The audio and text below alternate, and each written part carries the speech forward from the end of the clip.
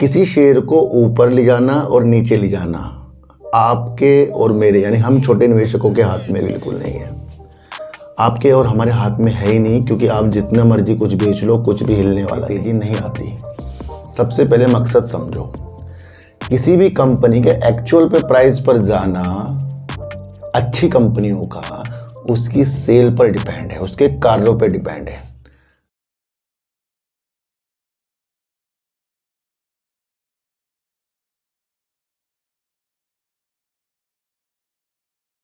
नमस्कार, मैं स्वागत करता हूं आपका अपने ही चैनल पर जिसका नाम है सार्थक बाजार से। आज हम बात करेंगे अशोक लीलैंड के बारे में। मेरे कई प्यारे सब्सक्राइबर ने कहा है सर अशोक लीलैंड पर अब कुछ महीनों से वीडियो नहीं बन रही है, कृपया वीडियो बनाइए। तो आज हम अशोक लीलैंड की कहानियों को समझेंगे और अशोक लीलैंड के अंदर एक बहुत अच्छी न्यूज़ निकल कर आई है, उसके पूरी मकसद आज हम समझ लेंगे और उससे हम किस तरीके से अशोक लीलैंड को देख सकते हैं उस पर आज हम विचार करेंगे। दूसरी बात करेंगे HFCL की, क्योंकि HFCL ने फ्राइडे के दिन आपको अपर सर्किट लगा दिया जो कुछ दिनों से लोअर सर्किट पर था और कुछ दिनों से वो अपर सर्किट में भी था। किसी शेयर को ऊपर ले जाना और नीचे ले जाना आपके और मेरे यानी हम छोटे निवेशकों के हाथ में बिल्कुल नहीं है। आपके और हमारे हाथ में है ही नहीं, क्योंकि आप जितना मर्जी कुछ बेच लो कुछ भी हिलने वाला नहीं। जितना मर्जी हम खरीद ले कुछ भी हिलने वाला नहीं। प्राइस हिलते कैसे हैं? जब बड़े बड़े निवेशक बड़े पैसों वाले खरीदारी करते हैं। एक विधि तो वो हो जाती है शेयर को ऊपर और नीचे जाने की, और दूसरी विधि हो जाती है कि जब कंपनी अपने बारे में अच्छी तरीके से आगे बढ़ रही हो, सेल को बढ़ा रही हो, प्रॉफिट को कमा रही हो और अलग अलग विधियों के साथ आगे बढ़ रही हो, और AI डेटा सेंटर के लिए ऑप्टिकल फाइबर वाली जो थीम चल रही है, जो भारत के अंदर कई डेटा सेंटर खुलेंगे वहाँ पर ऑप्टिकल फाइबर का यूज होना। फिर टेलीकॉम के अंदर तो बहुत इसके उपकरण आते ही हैं ऑप्टिकल फाइबर में। तो सारी जो चीज़ है HFCL हमें बता कर गया है। अब उसके द्वारा हम कितनी तेज़ी देख सकते हैं? तो उसके द्वारा इतनी तेज़ी नहीं आती। सबसे पहले मकसद समझो, किसी भी कंपनी के एक्चुअल पे प्राइस पर जाना अच्छी कंपनियों का उसकी सेल पर डिपेंड है, उसके कार्यों पे डिपेंड है। अब वो कुछ अच्छी चीज़ें जो बताए वो भी अच्छी हैं, पर उससे फ्यूचर बनते हैं। 70 से 200 के आंकड़े पार करना ये भी एक मामूली बात नहीं होती। और मैंने कहा था कि जब कोई शेयर काम अच्छा कर रहा हो, चीज़ें अच्छी बता रहा हो, उसका शेयर प्राइस ऊपर लगातार भाग रहा हो, तो वहाँ एक चीज़ तो आएगी, और वो प्रॉफिट बुकिंग जो मैं आपको बता कर गया हूँ। और वो प्रॉफिट बुकिंग होती है बड़े लोगों की। मैंने कहा ना आप और हमारे से हिलती नहीं चीज़ें। पर उसके साथ साथ फिर छोटे लोग जो होते हैं जो ऊपर के लेवल पर खरीद लेते हैं, क्योंकि नज़रों में बाद में आता है शेयर, तो फिर वो लोअर सर्किट में फंस जाते हैं, फिर वो काम नहीं समझते। तो HFCL अगर हम वर्क देख लें, चीज़ें देख लें, आगे का व्यू देख लें, बहुत बेहतरीन तरीके से आगे बढ़ रहा है। फ्राइडे के दिन इस कंपनी के अंदर अपर सर्किट लगा, और मैंने आपको क्या कहा था कि HFCL 11 और 12 को एक रक्षा सम्मेलन आयोजित करने वाला है। अब ये रक्षा सम्मेलन आयोजित करने का मकसद भी उस दिन मैंने आपको बताया था, क्योंकि इसने एक भूमि ली थी, वहाँ पर क्या करेगा, यहाँ रक्षा के उपकरण बनाएगा। अब ये कंपनी ऑप्टिकल फाइबर तक सीमित ना रहकर रक्षा चीज़ों के लिए आगे बढ़ रही है। वैसे भी ये डिफेंस के लिए कंपनी वर्क कर रही है, रडार के लिए, निगरानी के लिए, जो आपस में आर्मी वाले या रक्षा वाले बात करते हैं उसके संचार के लिए, बहुत डिफेंस के लिए HFCL वर्क कर रहा है। अब इसने एक नई कहानी बनाई थी जहाँ पर ये हथियारों की मैन्युफैक्चरिंग करेगा। अब इसने एक चीज़ आपको बहुत इंपॉर्टेंट बताई थी 11 और 12, और वो बड़े बड़े निवेशकों के लिए इसने ये चीज़ें आयोजित की थी। आओ देखो कि जिस क्षेत्र पर हम वर्क कर रहे हैं क्या उसके अंदर हम बहुत आगे बढ़ रहे हैं या हम विकसित कर रहे हैं, क्या हमारी कमियां हैं, सब कुछ आप आकर देखो। ये कॉन्फिडेंस जगाता है कि जब आप किसी दूसरे सेक्टर की तरफ तेज़ी के साथ बढ़ रहे हो, तेज़ी के साथ ऑर्डर पकड़ रहे हो, और रक्षा के अंदर जिस तरीके से कंपनियां बढ़ रही हैं उस ऑर्डर को प्राप्त करने के लिए उस क्षेत्र के अंदर बढ़ रहे हो, तो उनको एक विश्वास भी जगाना होता है वो बड़े निवेशकों के लिए, क्योंकि वही तो ज़्यादा निवेश करते हैं ना। तो उसके लिए इसने आयोजित किया था। वो कौन सी तारीख थी? 12। और 12 को क्या लग गया? अपर सर्किट लग गया। अपर सर्किट लगना और गिरना, इस पे नहीं बता रहा हूँ खुला क्यों है, क्या 12 तारीख को होना था, जो मैंने आपको 5 दिन पहले एक न्यूज़ में बताया था। अब यहाँ से नीचे ऊपर की विधि नहीं बता रहा हूँ, समझा रहा हूँ कि इतना बड़ा काम जो HFCL कर रहा है वो एक फ्यूचर की स्थिति के साथ दिखा रहा है। प्रॉफिट बुकिंग हर एक कंपनी में हो जाती है। आर्मीनेल का शेयर देखा आपने? 600 के ऊपर था, आज का है। आज वही काम कर रहा है जब वो भाग रहा था, उससे ज़्यादा ही कर रहा होगा। फिर क्या हुआ? IRFC कहाँ है? बड़ी बड़ी कंपनियां कहाँ हैं? अमर राजा बैटरी कहाँ है? एक्साइड बैटरी कहाँ है? अब ये सारी कंपनियां अपने बहुत करेक्शन होके बैठी हैं। तो क्या इनका सब खेल खत्म हो गया? नहीं भैया, जब आप शेयर बाजार के अंदर पैसे कमाने की विधियों के साथ आ रहे हैं तो वहाँ प्रॉफिट की विधियों की चीज़ें भी चलती हैं। तो HFCL की ये बात है। बहुत से लोग कह रहे HFCL कुछ और बताओ, कुछ और नया अनोखा क्या हम समझेंगे? जब हम ऑप्टिकल फाइबर, उसके उपकरण, देश विदेशों में ऑप्टिकल फाइबर की चीज़ों को फैलाना और फिर रक्षा के क्षेत्र में उसका कदम बढ़ाना, ये अपने आप में HFCL की एक कहानी बयां कर रहा है। हमारा पूरा मकसद कंपनी के वर्क पर ही रहेगा, उसकी सेल पर रहेगा, उसके हर एक मैनेजमेंट पर रहेगा, जो बोल रही है कंपनी उस पर रहेगा। और चीज़ों को भूलना नहीं है, हमेशा याद रखना है कि कंपनी ने क्या हमें पहले बताया था। तो ये HFCL की कहानी है। अब हम बात करेंगे अशोक लीलैंड की। दोस्तों, अशोक लीलैंड की कहानी आप सबको पता है, पहले से हमने समझ रखी है। क्यों? क्योंकि ट्रक में तो एक जाना पहचाना नाम अशोक लीलैंड है, बस में भी जाना पहचाना नाम अशोक लीलैंड है। इलेक्ट्रिक बसों में अपनी और ज़्यादा पहचान को बढ़ाने के लिए अशोक लीलैंड है। हाइड्रोजन ट्रक बनाने के लिए, वाहन बनाने के लिए विकसित तरीके से काम करने वाली अशोक लीलैंड है। देश में नहीं, विदेशों में अपनी यूनिट का विस्तार करने की चीज़ों के साथ अशोक लीलैंड है। देश के अंदर दूसरी वाहन निर्माता कंपनी अशोक लीलैंड है। पूरे वर्ल्ड में चौथे नंबर पर बस बनाने पर यह कंपनी आती है। इसकी बाहर की कंपनी एक स्विच मोबिलिटी है, जो इलेक्ट्रिक बसों पे अच्छा खासा वर्क करती है और देश के अंदर भी मैन्युफैक्चरिंग प्लांट उन्होंने खोल रखे हैं।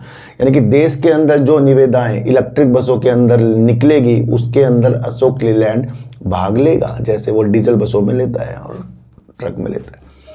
तो इतने सारे। और दूसरा, डिफेंस के लिए अशोक लीलैंड के ट्रक अभी भी हैं, और उसके द्वारा जो आर्मी वाले जाते हैं या फिर उनका सामान, खाने का सामान, राशन, दवाइयाँ, अलग अलग चीज़ें एक स्थान से दूसरे स्थान तक जो चीज़ें जाती हैं वो अशोक लीलैंड के कुछ ट्रकों के साथ भी जाती है, यानी कि डिफेंस की तरफ भी है। दूसरा, दो कंपनी, काफ़ी कंपनी आपने ऐसी देखी होंगी जो अपना मुख्य बिजनेस जो उनका है उससे अलग भी कुछ और सोचती हैं। उनमें से HFCL निकली, उनमें से कई कंपनियां इस तरह से निकली कि एक सेक्टर से दूसरे सेक्टर पर कदम बढ़ाना, और दूसरी अशोक लीलैंड डिफेंस सेक्टर पे वर्क कर ही रही है, पर अब इसने एक घोषणा की है और वो घोषणा अशोक लीलैंड की मजबूती पकड़ बता रहा है भैया। कैसे? कि अभी तक तो ये ट्रक देता ही है आर्मी के लिए, अब ये ऐसी चीज़ों को विकसित करने जा रहा है जो मानव रहित, यानी कि बिना ड्राइवरलेस जो चीज़ें बनाकर देगा, जिससे आर्मी की जो स्थितियां और मजबूत हो जाएगी। ड्रोन, वैसे ड्रोन नहीं जो निगरानी करेंगे, वो ड्रोन जो ऊंचे ऊंचे पहाड़ों में अगर हमारे आर्मी के जवान वहाँ बैठे हों तो उनके लिए दवाइयाँ, खाना, एक चीज़ों को दूसरे स्थान से ले जाना, कितनी चीज़ें आसान हो जाएंगी। तो उन दो चीज़ों के लिए कंपनी ने एक बहुत बड़ा अपडेट दिया है। और कंपनी की विशेषताएं क्या हैं? अगले 3 से 5 सालों के अंदर डिफेंस सेक्टर से करीब 11,000 करोड़ रुपए का जो निविदाएं खुलेंगी, उसके ऑर्डर जीतना। कितना? 11,000 करोड़ का। तो हम गिरावट उछाल से किसी कंपनी की स्थिति को नहीं भाप सकते, आपको अंदरूनी चीज समझनी होगी। दूसरे देश की, जो दूसरे देश होते हैं, विदेशी जो आर्मी होती है, वो अब आपको पता है AI संचालित चीज़ें यूज कर रहे हैं। वो ड्रोन ऐसे यूज कर रहे हैं कि एक स्थान से दूसरे स्थान तक के उनका सामान जाता है। वो ऐसे कृत्रिम AI संचालित ट्रक यूज कर रहे हैं जिससे बिना मानव रहित वो चीज़ें चल रही हों। इससे बहुत सारे खतरे कम हो जाते हैं। एक तो जवानों का, भाई उसे लेके जाएंगे तो कोई हमला ना कर दे, उससे छुटकारा। दूसरा देखें तो दवाइयों को जल्दी से पहुंचना, जल्दी से लाना, राशन का जल्दी से पहुंचना, तो उस और कदम बढ़ाया है। ये नीति समझ गए। अब इस न्यूज़ को आपको पूरा समझना पड़ेगा। देखो तो जब मैं आपके लिए न्यूज़ बनाता हूँ, मतलब आती है, उसको अलग तरीके से खोजता हूँ, तो वहाँ को उसकी आपकी मैं पूरी कहानी बता रहा हूँ। और पूरी कहानी अशोक लीलैंड की ये कह रही है कि अब ये ट्रक बस और इलेक्ट्रिक बस से और आगे डिफेंस सेक्टर की तरफ कदम बढ़ा रही है। और वो क्या न्यूज़ है, इस न्यूज़ को आप समझ कर चले। अशोक लीलैंड स्विफ्ट स्टेलियन इनका एक ऐसा ग्रुप है जहां से ये आर्मी के लिए वर्क करती है। ट्रक हो, अन्य चीज़ें हो, है ना, सेना प्लेटफॉर्म हो, बहुत सारी चीज़ें आर्मी के लिए वर्क करती हैं अशोक लीलैंड, तो उसका नाम स्टेलियन है, ये आप समझ सकते हैं, है ना। और सशस्त्र बलों के लिए ड्रोन जो होते हैं ना, हमें आर्मी के जवान, उनके लिए ड्रोन विकसित करने का विचार कर रही है।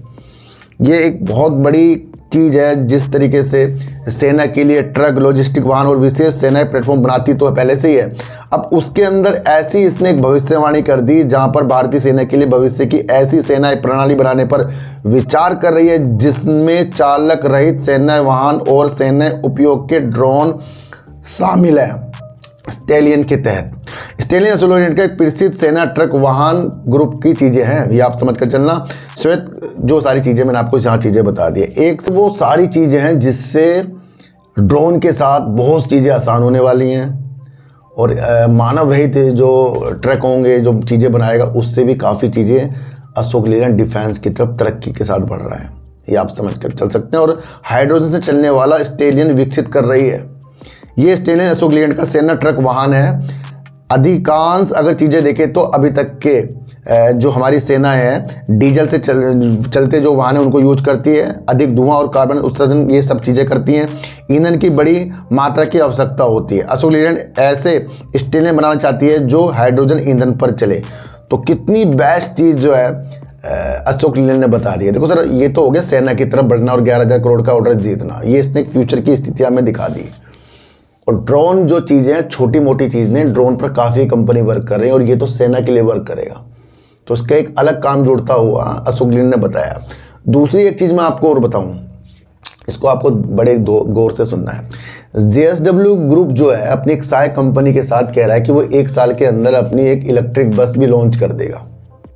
दिनों अभी हाल ही में सरकार ने करीब 6,230 ई बसों का टेंडर चलाया, अभियान चलाया कि भैया कौन कौन सी कंपनियां आकर इसके अंदर निविदाएं भर सकती हैं। तो देखने को ये मिला कि आक्रामक रूप